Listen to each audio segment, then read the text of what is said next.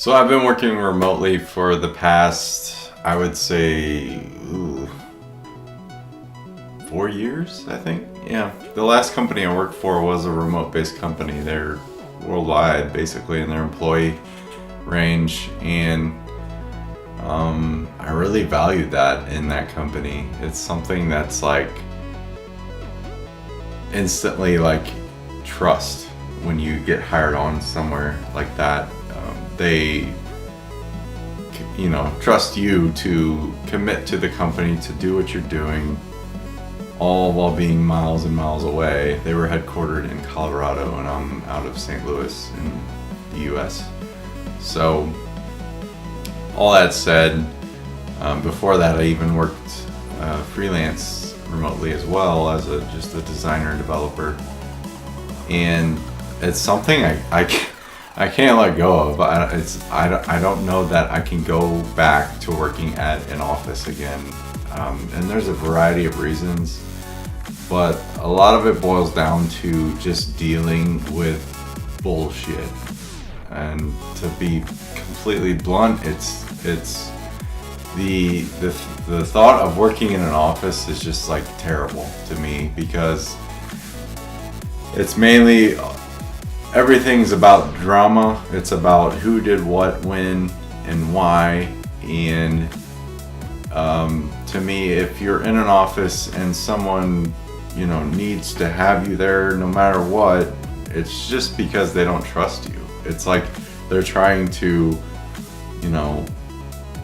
enforce this really age-old principle of going to the office to work. And while that made sense many years ago when communication was tough because we didn't have the internet, we had basic phones, landlines, mind you, and face-to-face. That was it. You could do that, or obviously you can mail people too, but there was no email, there was no instant messaging, there was nothing like that. So to this day, we still instill those kind of thoughts in our minds, like you need to be in the office to be productive, you need to be working 9 to 5 because that's what you're supposed to do. And to me, it's just like this old tradition of shit that doesn't make sense these days. It's like I don't know, it's just inefficient in both regards, because to get to work, obviously you're commuting at some point. So for me, I live about 30 plus minutes from downtown St. Louis, and to get a decent job, you probably need to go to the city, at least for what I do, creative work, stuff like that. So that's a good hour plus of my day just sitting in my car, wasting fuel, mind you, so that's cost, and then also time, which is how many hours a year I waste sitting in a car, which is just adds up. Then again, sitting at work, another factor that just adds up. So I don't know, when I think about that, I get disgusted, because it's just kind of sickening to know people out there are doing this stuff, going to work every day, 9 to 5 or 8 to whatever, even longer hours than that, sacrificing all that stuff just because they have to. It's kind of sick. So a lot of new companies are making a switch, especially internet-based companies. A big one I follow that I admire is Basecamp. Their app's pretty basic, but it's supposed to be. It's just a project management software that allows you to communicate with people, share things, comment, all that stuff, work together on projects. And the co-founders, David something H and Jason Fried, I think is his last name. Sorry guys, I butchered your names, but they wrote a book called Remote, or Rework, not Remote, sorry. And it's all about remote work and how they value it over anything. And I think you guys should check that out if you haven't yet. It really opened my eyes to the fact that remote work, I think, is the future. There's really no real need if you work through the internet or via just communicating landline device or cell phones, etc., stuff like that, to where you really need to go somewhere to be, for one, productive or just be at work. And that's all too clear in my mind now, having worked that way.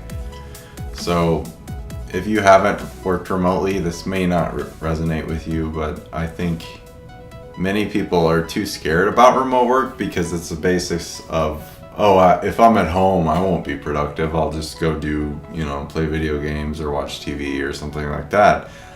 But I think it's all in the matter of what you're thriving for, what you're, after. If you want to be successful, you need to commit to setting aside time to work and then, giving yourself personal time too.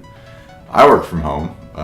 My fiance and I work from home. We started a couple of creatives, which is our creative duo marketing team that does kind of it all for businesses that need help with their brands, or building their brands.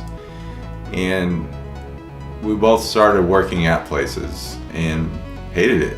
We absolutely hated it. We couldn't see each other. We had 2 dogs. We couldn't, be around.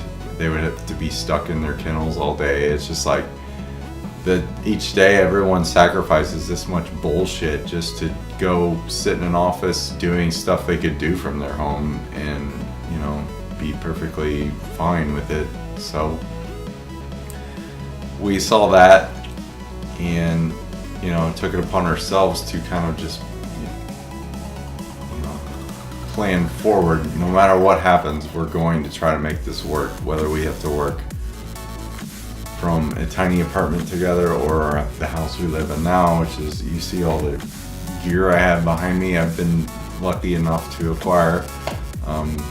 If you didn't know, I'm a musician. Those are guitars, some amps. You've seen guitars probably in my other videos. Anyway, all this stuff didn't come cheap, and I made my way just just being a designer, a developer, taking on new jobs, working with other businesses, helping them, build their brands. And it's all been done, a lot of it from this freaking room. So it's not impossible. If you think it's impossible, then you're already shooting yourself in the foot. So just commit to it. If you can't make it work, something's wrong. I think this day and age, we have Google Hangouts, we have Slack, we have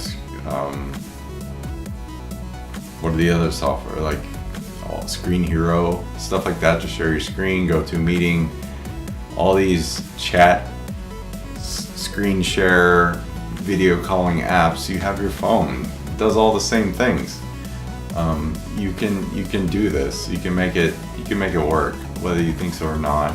It just boils down to, are you not lazy enough to work from your home remotely and, push through that block of, I won't be productive. On top of that, is your employer